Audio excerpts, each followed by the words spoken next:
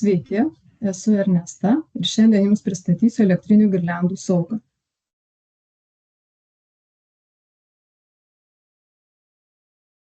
Trumpai apžvelgsime teisinį reguliavimą ir darniuosius standartus, saugą, pavojus bei Europinę sistemą RAPEX. Taigi, elektrinių girliandų saugą reglamentuoja elektrotechnikos gaminių srities teisės aktai ir pagrindiniai jų yra 2014 metų direktyva dėl valstybių narių įstatymų susijusių su tam tikrose įtampos ribose skirtų naudoti elektros įrenginių tiekimo rinkai suderinimu. Šios direktyvos nuostatos yra perkeltos į nacionalinę teisę, tai yra elektrotechnikos gaminių saugos techninį reglamentą. Dar viena direktyva yra 2011 metų dėl tam tikrų pavojingų medžiagų naudojimo elektros ir elektroninėje įrangoje apribojimų. Šios direktyvos nuostatos yra perkeltos į tam tikrų pavojingų medžiagų naudojimo ribojimų elektros ir elektroninėje įrangoje taisykles. Pagrindiniai darnieji standartai, kurių reikalavimus turi atitikti elektrinės girliandos, yra šviestuvų bendrieji reikalavimai ir bandymai, ypatingieji reikalavimai šviesinėms girliandoms ir tam tikrų medžiagų esančių elektrotechniniuose gaminiuose nustatymas. Teisės aktai numato gamintojo ir importuotojo pareigas, taip pat ir platintojo pareigas, ir prieš tiekdamas gaminį rinkai gamintojas privalo atlikti gaminio atitikties vertinimo procedūrą, kaip to reikalauja darnieji standartai ir teisės aktai. Ir nustatęs, kad gaminys atitinka saugos reikalavimus, gamintojas parengia gaminio atitikties deklaraciją ir pažymi elektrotechnikos gaminį CE ženklą. Importuotojo pareiga saugoti šią deklaraciją 10 metų.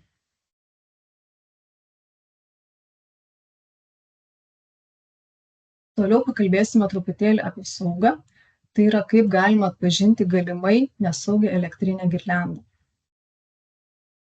Vienas iš kriterijų tai yra laido tvirtumas. Vadovaujantis darniųjų standartų nuostatomis, maitinimo virvėlaidis turi turėti tvirtinimo įtaisą.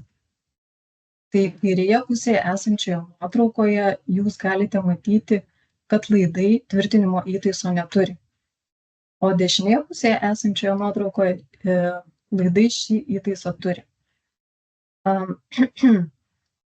Laboratorinių bandymų metu maitinimo virvėlaidis apkraunamas 25 kartus po 1 sekundę 30 Newtonų jėga. O girliandos dažniausiai ir būna nesaugios, kadangi jos neturi šio tvirtinimo įtaiso ir maitinimo virvėlaidis gali nutrūkti. Dar vienas kriterijus yra laido ilgis. Pagal darniųjų standartų reikalavimus atstumas tarp maitinimo šakutės ir girliandos pirmos lemputės turi būti ne mažesnis kaip 1,5 metro. Kartais tai būna nurodyta ir ant gaminio pakuotės. Kaip matote viršutinėme paveikslėlyje, šis atstumas yra tik 70 cm. Tai jau yra per mažai.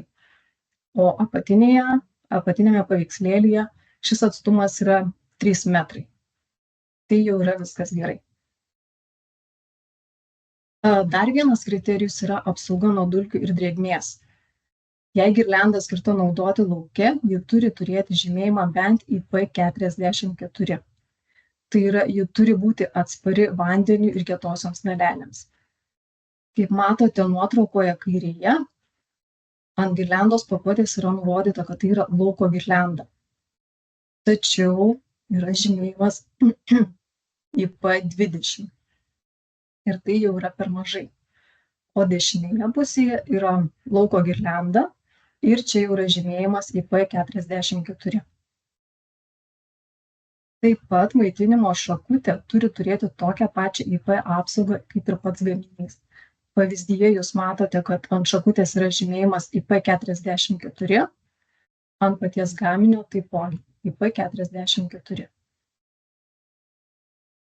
Toliau, kokiegi pavojai kyla, jeigu naudojame nesaugią girliandą. Elektros smūgis, kai asmenį liečiant aukštos įtampos veikiamą gaminio dalį, asmuo gali patirti elektros smūgį ir būti užmuštas elektros srove. Taip pat, kai gaminį įkaitus jį liečiantis asmuo gali nusideginti. Ir gaisras, kai tarp įtampingųjų dalelių susidaro elektros lankas ar atsiranda žiežirbų. Ir pabaigai apie RAPEX europinę sistemą. Tai yra ES skubių pranešimų apie pavojingus nemaisto produktus sistema, kurioje skelbiami nesaugus gaminiai. Šioje sistemoje galite rasti taip pat ir elektrinės girliandas.